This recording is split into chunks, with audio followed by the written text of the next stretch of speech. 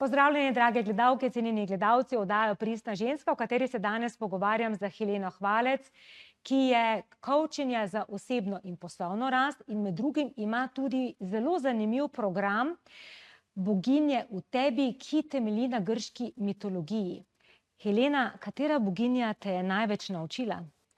Ja, to je definitivno boginja Persefona, ki me je v bistvu peljala na to pot osebnostne rasti. Ta boginja ima dva dela. Prvi del je v bistvu tisti Kora, najprej ona deklica, pridna punčka, ki želi živeti v svetu, ki je pač idiličen in da bo vedno za njo poskrbljeno, ampak življenje pač ne teče tako, prej ali slej se znajdemo pred izzivi in potem je pred njo ta odločitev, ali se samodejno poda v notranji svet, spoznavanje notranjega sveta, doživi svojo temno noč duše ali pa se temu upira in trpi.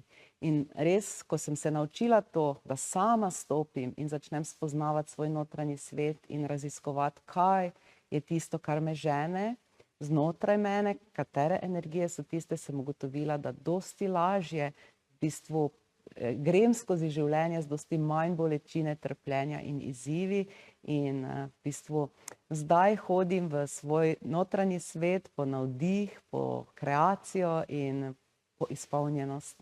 Torej, ženske se ne rabijo bati spusta v svoj notranji svet. Točno tako. Prisluhnite nama v pogovoru o oddaji Pristni ženski in spoznajte še ostale boginje iz bogatega sveta grške mitologije in kako vam lahko pomagajo.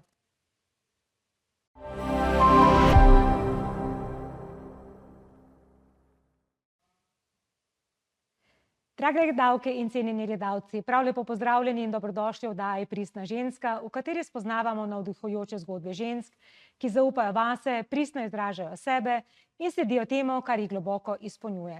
Odkrivamo, kako svojo edinstvenostjo, intuicijo in pogumom ustvarjajo življenje, ki je v skladu z resnico njihovega srca, ter prinaša dodano vrednost tudi drugim.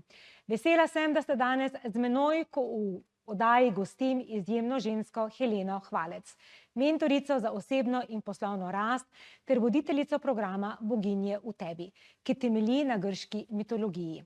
Helena skozi svojo edinstveno metodo vodi ženske, da prepoznajo, katera boginja v njih trenutno prevladuje, katere energije potrebujejo za ravnovesje in kako lahko svojo notranjo moč prebudijo na nežen, a izjemno učinkovit način. Njeno delo združuje starodavno modrost, sodobno psihologijo in globoko razumevanje ženske duše. Helena verjame, da vsaka ženska v sebi nosi cel spekter boginj, od ljubeče Afrodite do osredotočene Atene. Zato sem iskreno vesela, da je danes moja gostja. Draga Helena, srčno dobrodošla. Zdravo. Helena, dava začeti pri tebi. Kdo je Helena kot ženska?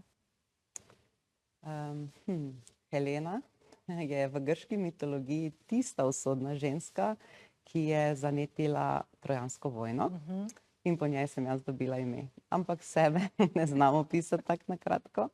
Malo za hec, če zdaj povem o sebi, bi rekla, v tuzemeljskem življenju imam različne vloge. V eni vlogi sem žena, sem tudi mama, sem hči, sem prijateljica, sem sestra, sem tudi podjetnica, predvsem pa sem strastna raziskovalka ženske duše in navdušenka nad osebnostno rastjo.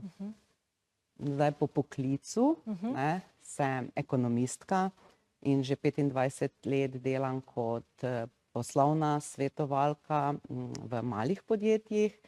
Navdušuje me pa tudi zelo osebnostna rast, zato sem v zadnjem obdobju kar nekaj časa namenila izobraževanju in pridobivanju certifikatov, tako da sem certificirana coachinja, sem tudi NLP mojstrica, hipnoterapeutka, svetovalka, arhetipska svetovalka, tako da zelo različno. Zelo pester program. Ja. Kdaj si začutila, da si več kot vloge, ki jih opravljaš in da te zanima to globlje raziskovanje ženske narave, psihe?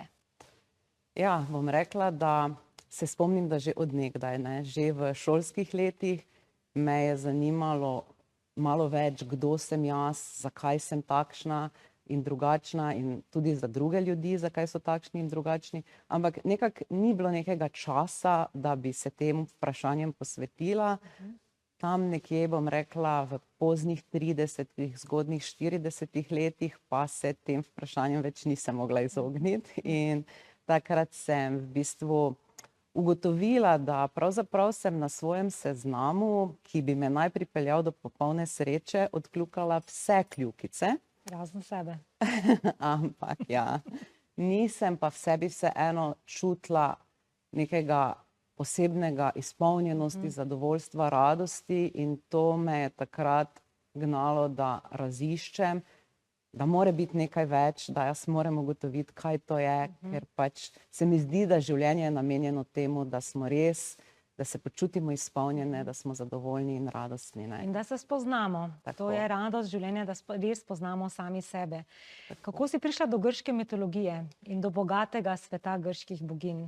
Ja, v bistvu sem raziskovala sebe. Pač začela sem z različno literaturo na področju osebnostne in duhovne rasti, potem sem se vpisala v različne delavnice, kjer sem iskala sebe. In enkrat vmes sem naletela na eno delavnico, potem pa tudi na knjige z področja arhetipov.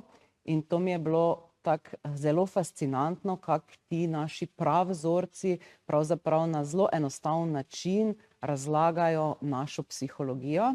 In ko sem prišla s pomočjo arhetipov do boginj, mi je bilo wow. Cel svet se odpre, ne? Ja, ful, res sem čutila navdušenje nad tem, kako na preprost, enostaven, zanimiv, celo zabaven način lahko spoznavamo to našo žensko psihologijo, naš notranji svet in res razumemo sebe. Tako da, in ko razumeš sebe, ko sem začela razumeti, kaj se dogaja znotraj mene, sem lahko začela spreminjati to, kar mi ni bilo všeč. Ti ni bilo všeč, ne? Ja. Jaz sem padla preko grške mitologije, ko sem tole knjigo našla v eni starinarnici, ravno opisuje te boginje v tebi. In tale je sicer v nemščini, obstaja tudi v angleščini. In mene, tako kot ti praviš, ne, fascinira me ta svet boginj. Povej mi, katera boginja je tebe najprej poklicala? Ja, ko sem začela spoznavati boginje, sem pač spoznala njihove zgodbe, pa pač njihove lastnosti in takoj sem prepoznala tisto, s katero sem se identificirala. Sem rekla, joj, to sem jaz, ne? In to je bila boginja Atena. Učenjakinja. Tako, ja. Zakaj ravno Atena?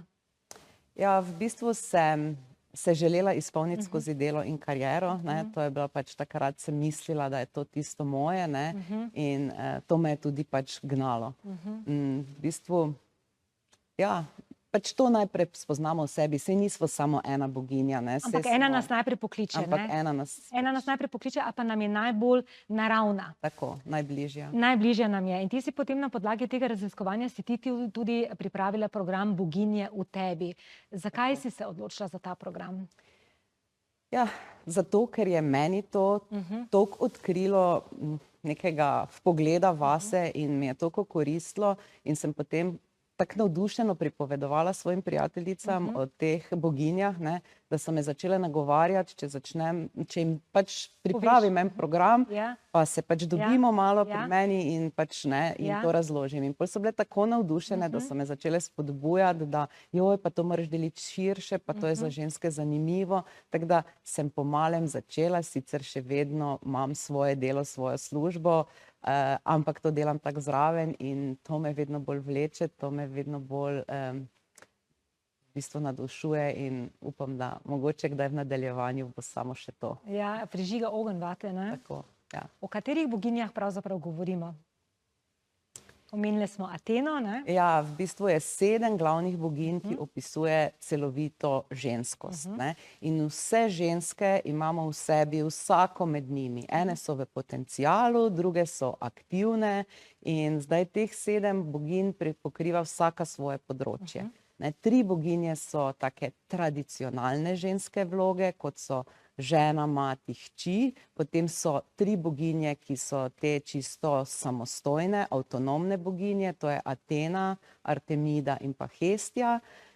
In pa potem je ena in edina Afrodita, ki pa je tista transformativna boginja, ki se vedno vmeša v naše življenje, kadar pač moramo narediti eno transformacijo in pomaga v bistvu, da naredimo to spremembo. Torej, Afrodita ni samo boginja ljubezni, užitka in lepote, ampak ima tudi globlji aspekt. Tako, boginja Afrodita je posebna iz različnih razlogov, zaradi tega, ker ima tako v bistvu vlogo, da se povezuje z ljudmi in pa hkrati, da je zelo samostojna, avtonomna, ne, se pravi, spada ne k eni pa ne k drugi skupini oziroma k obema skupinama ostalih boginj in pa ker ima to transformativno vlogo. Ja.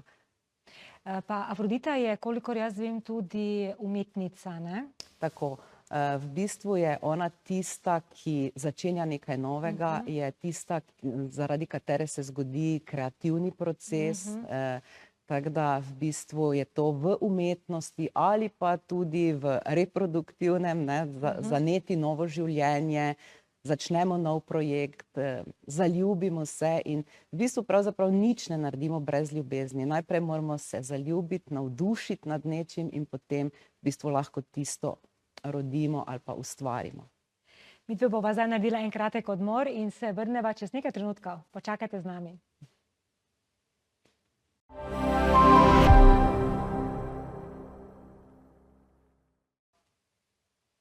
Pozdravljeni nazaj v oddajo Pristna ženska, v kateri se danes pogovarjam z Heleno Hvalec, ki je kovčinja za osebno in poslovno rast in ima tudi program Boginje v tebi. Helena, če bi svojo zgodbo opisala skozi mitološko prispodobo, kako bi jo opisala?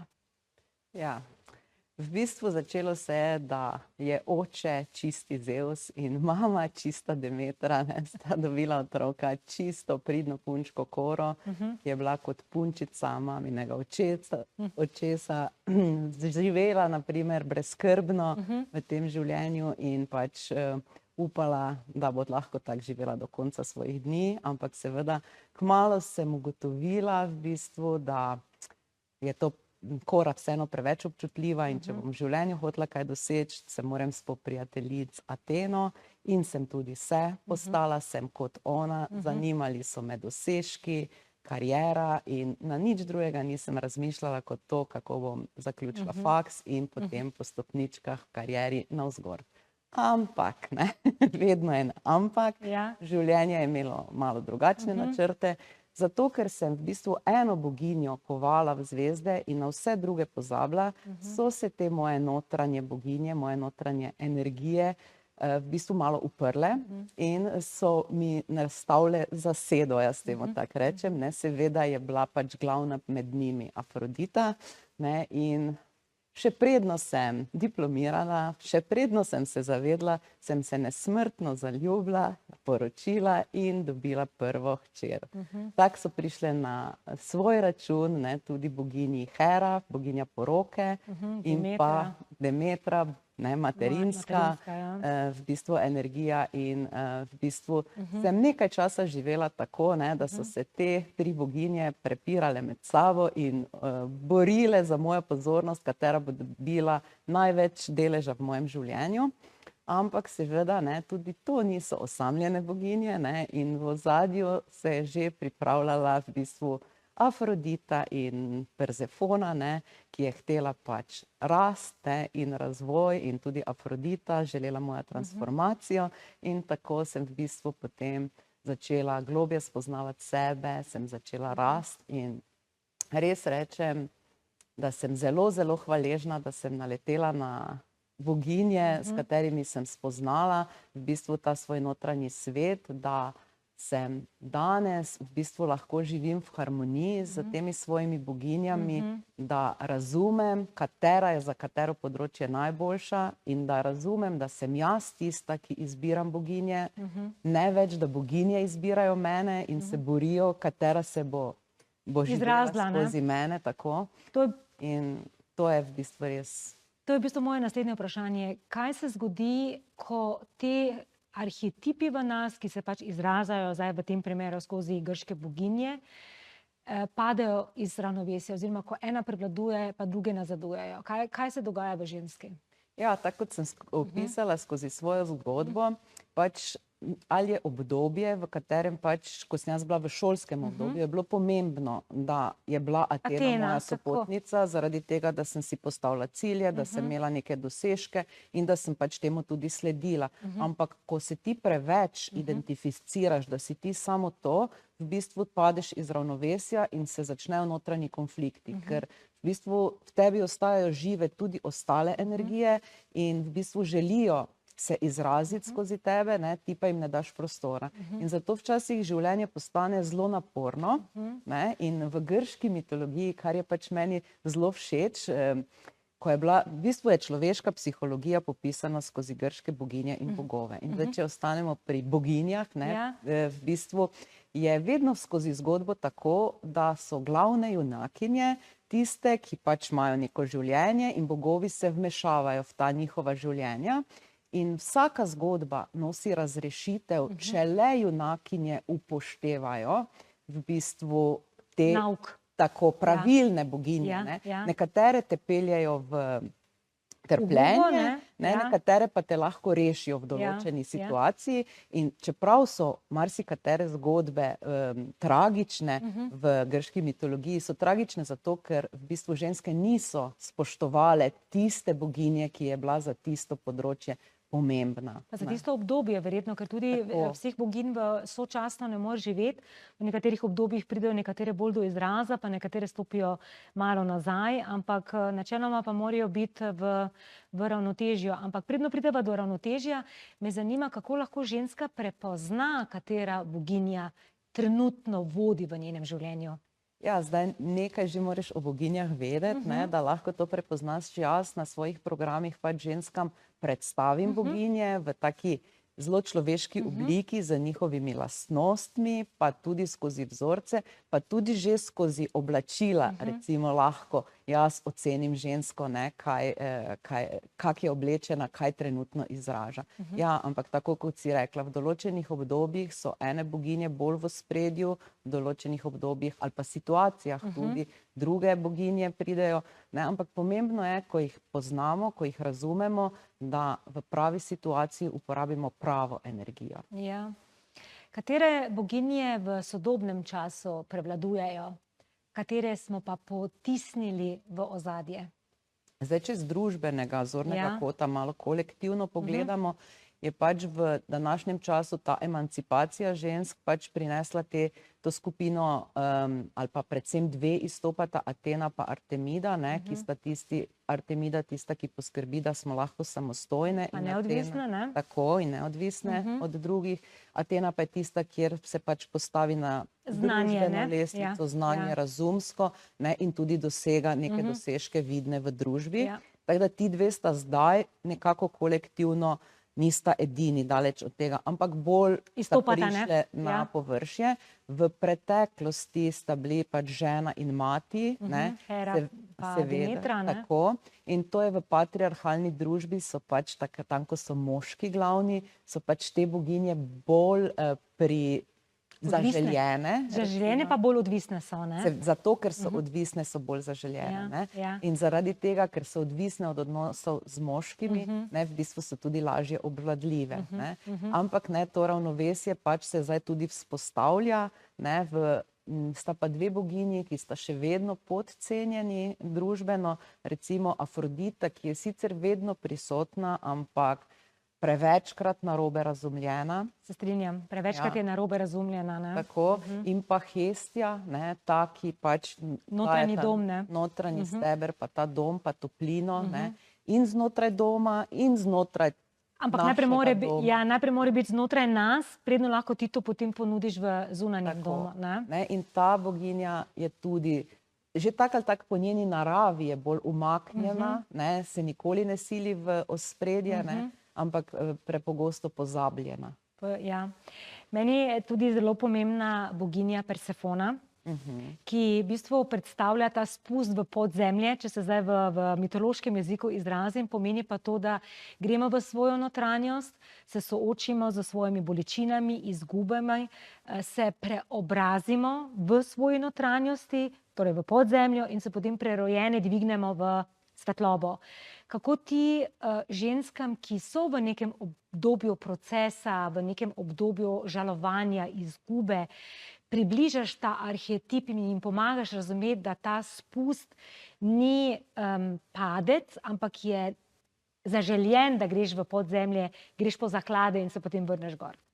Ja, jaz rada rečem, da pač dokler ne stopimo na pot osebnostne rasti, ali zdaj z boginjami, ali pač kakorkoli drugače, itak rastemo, ampak na nepredvidljiv način. In dostikrat skozi bolečino in trpljenje, ki je dostikrat tudi nepotrebno. Ker če bi razumele, kaj se nam dogaja, bi bilo lažje. In takrat jaz ženskam razložim, da je to zelo dobrodošlo. Da v bistvu zdaj so na tej poti in če se bojo prepustile, bodo v bistvu šle skozi dosti lažje in z dosti manj bolečine.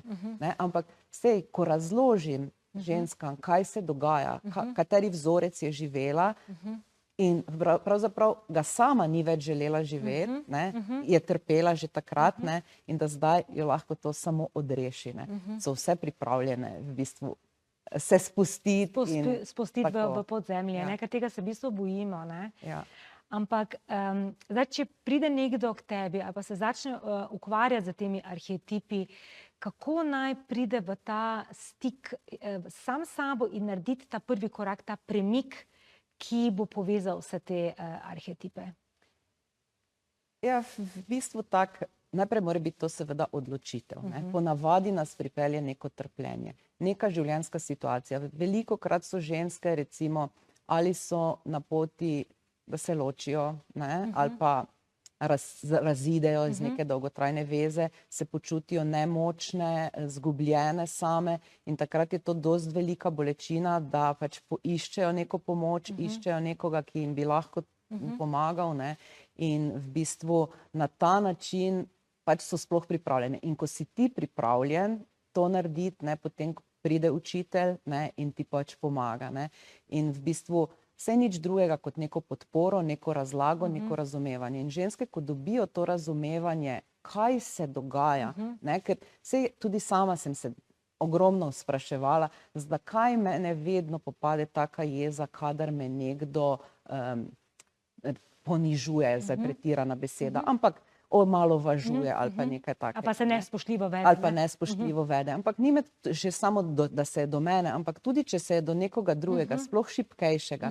In to mi je v meni spodbudilo grozno jezo, in včasih je bilo to tudi neprijetno moje reakcije. Nisem bila zadovoljna z njimi, ampak ko sem razumela, da je ta boginja, v bistvu v meni, Artemida v tem primeru, ki pač ne dovoli sploh moškim, da se obnašajo nespoštljivo, ali pa želi zaščititi tudi nemočne, ranljive, v bistvu sem razumela, aha, zato gre, zato mene tako razjezi. In potem sem lahko poiskala druge načine, kjer niso bili tako agresivni, recimo, ali pa, da sem bila bolj zadovoljna z svojim odzivom. Z svojim odzivom.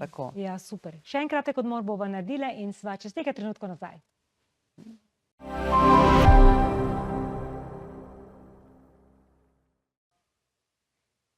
Pozdravljeni nazaj v oddajo Pristna ženska, v kateri danes klepetam z Heleno Hvalec in o njenem programu Boginje v tebi.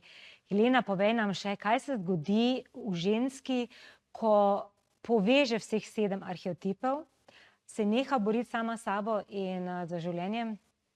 Ja, v bistvu takrat, ko razumemo pa poznamo vse arhetipe, se povežemo z njimi v pravem trenutku z pravo boginjo in takrat v bistvu življenje dosti lažje steče in v bistvu postane dosti bolj harmonično. Sej ne, da se ne zgodi, da še kdaj zaideš s poti, ampak zelo, zelo hitro se vrneš.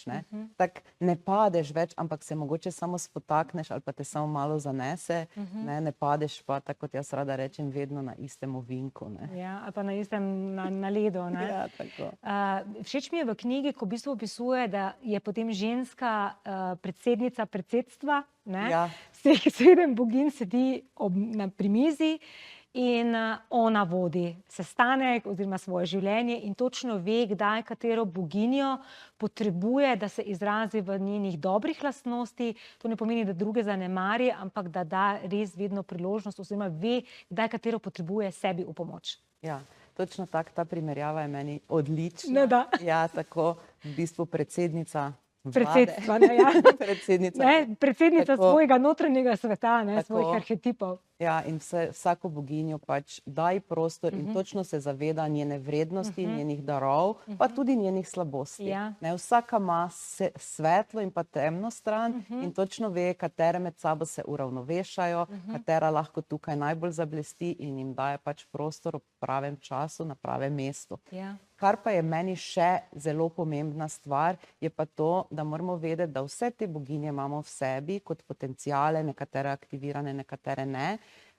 V bistvu je pa še ena boginja, s katero se rodimo kot prirojeno nagnjenje in to je ta boginja, ki jaz rečem avtentična boginja in če ne navežemo stika z njo in ne živimo v svojem življenju te boginje, nikoli ne moremo doseči v bistvu izpolnjenosti in v bistvu ne glede na to, kakšen uspeh v življenju dosežemo, se v sebi počutimo prazne. Prazne, ja, ker ta prvinski arhetip ne živi v nas. Ta mora biti res vedno prežet z nami, ne? Ta mora priti nekako res v vidik. Omenila si, da boginje imajo dobre in slabe lastnosti in ravno takrat, ko niso integrirane, ko nimajo prostora, se izražajo v svojih slabostih. Tako. Ne? Zato, da vzbudijo pozornost. Kot tisti mali poredni otroci, samo da dobim tvojo pozornost. Helena, kaj tebi pomeni živeti, biti pristna ženska, zdaj, ko poznaš vseh svojih 7 arhetipov?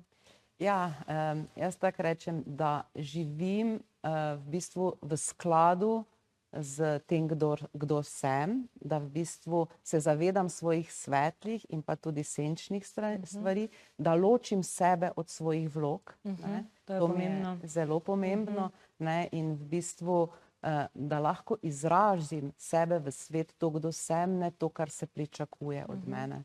Tako da tak nekako. Dejansko, prvo smo ženske in če je ženska izpolnjena, notranje povezana, lahko iz tega prostora izpolnjenosti, miru, pristnosti nahrani vse vloge, ki jih živi v svojem življenju. Ni pa ona vloga. Veliko žensk se pa identificira z vlogo, ki jo opravlja, ki jo živi in takrat tudi te boginje niso v ravnotežju. Tako. Tako. Imaš kak poseben ritual, trenutek, navado, ki te vrača v tvoj notranji dom? Kje si ti? Ja, zagotovo umiritev uma pač v današnjem svetu, takšnem kot živimo, je pač naš zelo, zelo aktiven in včasih imamo ogromno prisilnih misli in takrat, ko začutim to v sebi, vem, da se moram umiriti, da se moram ustaviti, meditacijo si naredim kako, hipnotične meditacije, zdaj si jih snemam kar sama kot hipnoterapeutka, tako da to mi je super in v bistvu se vračam k sebi. Predvsem, da umirim svoj in takrat, ko utihne, v bistvu zaslišiš ta notranji tihi glas, intuicije in pa lahko stopiš v stik s svojimi občutki. Tako da to mi je zelo, zelo pomembno na dnevni bazi. Se zgodi, da si kdaj v kakem zelo pač hitrem tempu življenja, malo pozabiš kakšen dan, ampak dolgo ne morem z tega. Pa tudi, če grem v naravo, tam se zelo hitro povežem s sabo, ob vodi, to je meni nekaj tak najlepšega. Ja, voda je ženska energija, ne? Ženske bi morale v bistvu biti kot voda, ne? Pretočne, lahkotne, tudi če pride ovira, se ne zaustaviš, greš okoli, tečeš dalje. Ne? Kaj te v življenju osrečuje, Helena? Ja, v bistvu me osrečuje opolnomočanje, predvsem žensk, pa tudi drugih, recimo otrok ali pa nekih bližnjih, ki so se v svojem življenju mogoče v nekem trenutku znašli, da niso v svoji najboljši koži, niso v bistvu v svoji moči, da jih lahko podprem in da jim lahko pomagam, da spet najdejo to svojo moč, da se povežejo s svojim notranjim svetom in zaživijo res to, kar si želijo. Katere vrednote pa te sidrajo v življenje, ki so nedotakljive, ne glede na to, kaj se zunaj tebe dogaja?